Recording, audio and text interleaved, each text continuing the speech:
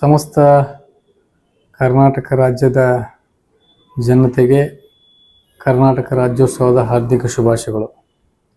ಪ್ರತಿ ವರ್ಷದಂತೆ ಈ ವರ್ಷವೂ ಕೂಡ ಕರ್ನಾಟಕ ರಕ್ಷಣಾ ವೇದಿಕೆ ವಿಜಯಪುರ ಜಿಲ್ಲಾ ಘಟಕ ವತಿಯಿಂದ ಕರ್ನಾಟಕ ರಾಜ್ಯೋತ್ಸವ ಕಾರ್ಯಕ್ರಮ ನಾಳೆ ದಿನಾಂಕ 1/11/2025 ಸಾಯಂಕಾಲ 6:30 ಗಂಟೆಗೆ ವಿಜಯಪುರ ನಗರದ ಗಾಂಧಿ ಚೌಕ್ನಲ್ಲಿ ಲಾಲ್ ಬಹದ್ದೂರ್ ಶಾಸ್ತ್ರಿ ಮಾರುಕಟ್ಟೆಯ ಪ್ರಾಂಗಣದಲ್ಲಿ ಕರ್ನಾಟಕ ರಾಜ್ಯೋತ್ಸವ ಕಾರ್ಯಕ್ರಮ ಮತ್ತು ಕನ್ನಡ ರಸಮಂಜರಿ ಕಾರ್ಯಕ್ರಮ ಮತ್ತು ಸಾಧಕರಿಗೆ ಸನ್ಮಾನ ಕರ್ನಾಟಕ ರಕ್ಷಣಾ ವೇದಿಕೆಯಿಂದ ಪ್ರತಿ ವರ್ಷ ಹಮ್ಮಿಕೊಂಡು ಬಂದಿದ್ದಾಗಿದೆ.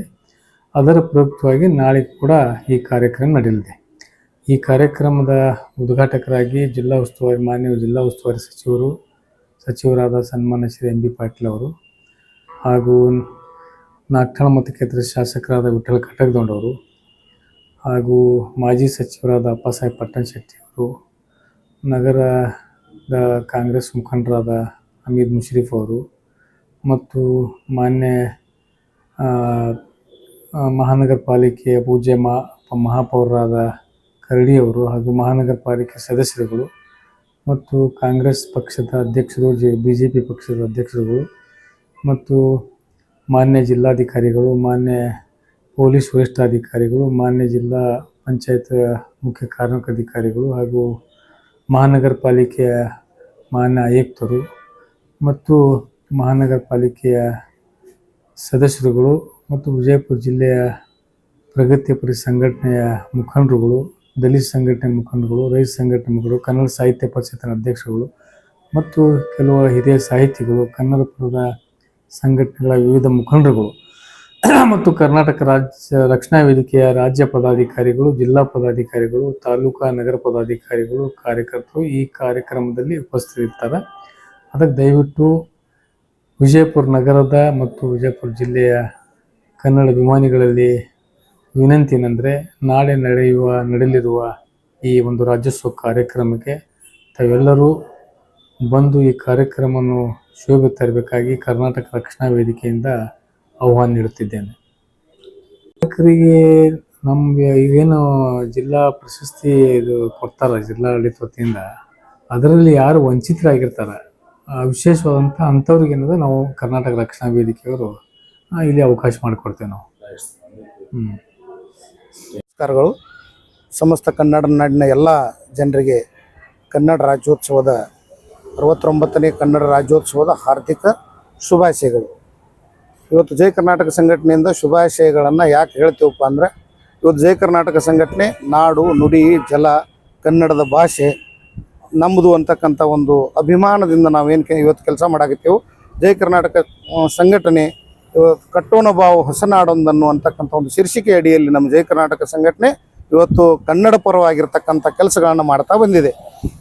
ಅದರಲ್ಲಿ ಮುಖ್ಯವಾಗಿ ಏನಪ್ಪ ಅಂದರೆ, ಸಮಸ್ತ ನಾಡಿನ ಜನತೆಗೆ ಒಂದು ಏನು ಹೇಳುವುದಂದರೆ, ಕನ್ನಡ ಶಾಲೆಗಳನ್ನು ಉಳಿಸ್ಬೇಕು, ಕನ್ನಡ ಭಾಷೆಯನ್ನು ಉಳಿಸ್ಬೇಕು, ಕನ್ನಡ ನಾಡಿನ ನಮ್ಮ ಐತಿಹಾಸಿಕ ಹಿನ್ನೆಲೆಯನ್ನು ನಮಗೆ ಮೈಗೂಡಿಸಿಕೊಂಡು ರಕ್ತದ ಕನಕನದಲ್ಲೂ ಕೂಡ ಕನ್ನಡವನ್ನೇ ಉಳಿಸ್ಕೊಳ್ಬೇಕು ಅಂತಕ್ಕಂಥ ಒಂದು ಸಂದೇಶವನ್ನು ಜೈ ಕರ್ನಾಟಕ ಸಂಘಟನೆ ಯಾವತ್ತೂ ಸಾರುತ್ತಾ ಬಂದಿದೆ. ಅದರಂತೆ ಏನಪ್ಪ ಅಂದರೆ, ಶಿಕ್ಷಣದಲ್ಲಿ ನಾವು ಕ್ರಾಂತಿಯನ್ನು ಮಾಡಬೇಕಾಗಿದೆ. ಶಿಕ್ಷಣದಲ್ಲಿ ಬರೀ ಇಂಗ್ಲೀಷ್ಗಳನ್ನು ನಾವು ಮಾತನಾಡುವಂಥ ಕೆಲಸ ಇವತ್ತು ಪ್ರತಿಯೊಬ್ಬ ನಾಗರಿಕರು ತಮ್ಮ ಮಕ್ಕಳನ್ನು ಇಂಗ್ಲೀಷ್ ಶಾಲೆಗೆ ಹಾಕುವಂಥ ಕೆಲಸ ಮಾಡ್ತಾ ಇದ್ದಾರೆ.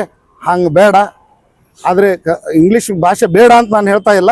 ಆದರೆ ಕನ್ನಡ ನಾಡಿನಲ್ಲಿ ಕನ್ನಡ ಶಾಲೆಗಳು ಉಳಿಬೇಕಾದ್ರೆ ನಾವೆಲ್ಲರೂ ಸೇರಿ, ಇವತ್ತು ನೌಕರಸ್ಥರು ಬತ್ತು, ನಾಗರಿಕರು ಬತ್ತು, ಇವತ್ತು ಸಾಮಾಜಿಕ ಎಲ್ಲ ಚಟುವಟಿಕೆಗಳಲ್ಲಿ ಕನ್ನಡಮಯವಾಗಿರೋದ್ರಿಂದ ನಾವು ಕನ್ನಡವನ್ನು ಉಳಿಸ್ಬೇಕು, ಕನ್ನಡ ಶಾಲೆಗಳಿಗೆ ನಮ್ಮ ಮಕ್ಕಳನ್ನು ಸೇರಿಸಬೇಕು, ಆ ಕನ್ನಡ ಶಾಲೆಗಳನ್ನು ಇವತ್ತು ಉಳಿಸ್ಬೇಕು ಅನ್ನುವಂಥ ಸಂದೇಶವನ್ನು ಈ ಕನ್ನಡ ರಾಜ್ಯೋತ್ಸವದ ಅಂಗವಾಗಿ ನಾನು ನೀಡ್ತಾ ಇದ್ದೀನಿ. ಜೈ ಕರ್ನಾಟಕ ಸಂಘಟನೆ ವಿಜಯಪುರ ಜಿಲ್ಲಾ ಅಧ್ಯಕ್ಷರು ಸಂಗಮೇಶ್ ದಾಶಾಳಗೌಡ್ರು ಅಂತೇಳಿ ನನ್ನ ಹೆಸರು. ಈ ದಿವಸ ಇಂಡಿ ಪಟ್ಟಣದಲ್ಲಿ ನಾವು ಗಾಣಿಗ ಸಮಾಜ ಮತ್ತು ಹಾಲ್ಮತ ಸಮಾಜದ ಎಲ್ಲ ಮುಖಂಡರು ಹಾಗೂ ಜಿಲ್ಲಾ ಕಾಂಗ್ರೆಸ್ದ ಪರವಾಗಿ ಪತ್ರಿಕಾಗೋಷ್ಠಿ ಮಾಡಿ, ಇತ್ತೀಚಿನ ದಿವಸದಲ್ಲಿ BJPಯ ದಯಾಸಾಗರ್ ಪಾಟೀಲ್ರಂತಕ್ಕಂಥ ಒಬ್ಬ ನಾಯಕರು ಜಿಲ್ಲಾಧಿಕಾರಿಗಳಿಗೆ ಮನವಿಯನ್ನು ಸಲ್ಲಿಸಿ ಸನ್ಮಾನ್ಯ ಯಶವಂತರಾಯಗೌಡ ಪಾಟೀಲರು ಈ ಎರಡೂ ಸಮಾಜಗಳನ್ನು ಅಂದರೆ ಗಾಣಿಗ ಸಮಾಜ ಮತ್ತು ಹಾಲ್ಮತ ಸಮಾಜವನ್ನು ಇತ್ತೀಚೆಗೆ 8 ದಿನಗಳ ಹಿಂದೆ ಅವರಿಗೆ ಕಟು ಶಬ್ದಗಳಿಂದ ಟೀಕಿಸಿದ್ದಾರೆ ಅಂತಕ್ಕಂಥ ಮನವಿಯನ್ನು ಕೊಟ್ಟು ಕೊಲ್ಲಾಪುರದ ಕಣೇರಿ ಶ್ರೀಗಳಿಗೆ ಹೇಗೆ ನೀವು ಜಿಲ್ಲೆಯಲ್ಲಿ ಮತ್ತು ಬಾಗಲಕೋಟೆಯಲ್ಲಿ ನಿರ್ಬಂಧವನ್ನು ಹೇರಿದ್ದೀರಿ, ಅದೇ ರೀತಿ ಯಶವಂತರಾಯಗೌಡರಿಗೂ ಜಿಲ್ಲೆಯಲ್ಲಿ ಬರಲಿಕ್ಕೆ ನಿರ್ಬಂಧವನ್ನು ಹೇರಬೇಕು ಅಂಥೇಳಿ ಅವ್ರ ಮನವಿಯನ್ನು ಮಾಡಿಕೊಂಡಿದ್ದು ತಾವೆಲ್ಲ ನೋಡಿದ್ದೀರಿ. ಅದನ್ನು ಕುರಿತು ನಾವು ನಿನ್ನೆ ಪತ್ರಿಕಾಗೋಷ್ಠಿಯನ್ನು ಮಾಡಿ ಅಸಿಸ್ಟೆಂಟ್ ಕಮಿಷನರ್ ಮುಖಾಂತರ ಇವರು ವಿನಾಕಾರಣ ಸುಳ್ಳು ಆರೋಪವನ್ನು ಮಾಡಿದ್ದಾರೆ. ಅದು 8 ದಿನಗಳ ಹಿಂದಿನ ವಿಡಿಯೋ ಕ್ಲಿಪ್ ಅಲ್ಲ. ಅದು 2018ರಲ್ಲಿ ಇಂಡಿ ಕಾನ್ಸ್ಟಿಟ್ಯೂನ್ಸಿಯ ಸಾತಲ್ಗಾಂವ್ ಅಂತಕ್ಕಂಥ ಗ್ರಾಮದಲ್ಲಿ ಅವರು ಭಾಷಣ ಮಾಡುವಾಗ ಅವ್ರು ಹೇಳಿದ ಉದ್ದೇಶ ಏನಾಗಿತ್ತಪ್ಪ ಅಂದ್ರೆ, ಒಬ್ಬ ವ್ಯಕ್ತಿ ಅಂದರೆ ಅದು ಕಾಣದ ಕೈ ಅಂತಕ್ಕಂಥ ಹೆಸರು ಅವರು ಪ್ರಸ್ತಾಪ ಮಾಡಿಲ್ಲ. ಯಾರೋ ಒಬ್ಬರು ಕುಂತ್ಕೊಂಡು ನನ್ನನ್ನು ಸೋಲಿಸಲಿಕ್ಕೆ ಗಾಣಿಗ ಸಮಾಜವನ್ನು ಹಾಲ್ಮತ ಸಮಾಜದವರಿಗೆ ಟಿಕೆಟ್ ಕೊಡಿಸಿ ಪ್ರಯತ್ನ ಪಟ್ಟರು. ಆದರೆ ಇಂಡಿ ಮತಕ್ಷೇತ್ರದ ಜನ ಜಾತಿಯ ರಾಜಕಾರಣ ಮಾಡಲಿಲ್ಲ, ಅಭಿವೃದ್ಧಿ ಪರವಾಗಿ ಅವರು ಓಟನ್ನು ಕೊಟ್ಟು ನನ್ನನ್ನು ಆರಿಸಿ ತಂದಾರೆ ಅಂತಕ್ಕಂಥ ಮಾತನ್ನು ಅವತ್ತು ಅವರು ಹೇಳಿದ್ದಾರೆ.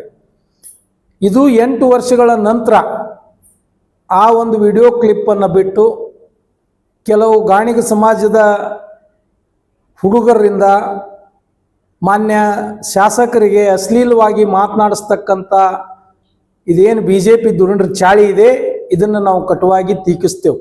ಒಂದನೇದ್ದು. ಎರಡನೇದ್ದು, ಮಾನ್ಯ ಯಶವಂತರಾಯಗೌಡ ಪಾಟೀಲ್ರು ಅವ್ರ ಜೀವನದಲ್ಲಿ ನನಗೆ ತಿಳಿದ ಮಟ್ಟಿಗೆ ಅವರು ನಾವು 93ರಿಂದ ಸ್ನೇಹಿತರು. ಜಿಲ್ಲಾ ಪಂಚಾಯಿತಿಯಲ್ಲಿ ನಾನು ಉಪಾಧ್ಯಕ್ಷನಾಗಿದ್ದಾಗ ಅವರು ವಿರೋಧ ಪಕ್ಷದ ನಾಯಕರಾಗಿದ್ದರು. ಮತ್ತೊಂದು ಬಾರಿಗೆ ಜಿಲ್ಲಾ ಪಂಚಾಯತ್ ಸದಸ್ಯರಾದರು. ಇವತ್ತು ಇಂಡಿ ಮತಕ್ಷೇತ್ರದಿಂದ 3 ಬಾರಿ ಶಾಸಕರಾದರೂ ಸಹ ಅವರನ್ನು ನಾನು ಭಾಳ ಹತ್ತಿರದಿಂದ ನೋಡಿದ್ದೀನಿ.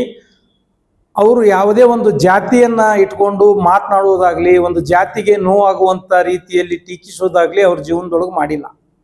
ಅವರು ಎಲ್ಲ ಸಮಾಜಗಳನ್ನು ಅವರೊಂದಿಗೆ ತೆಗೆದುಕೊಂಡು ಹೋಗ್ತಕ್ಕಂಥ ಕೆಲಸವನ್ನು ಮಾಡಿದ್ದಾರೆ.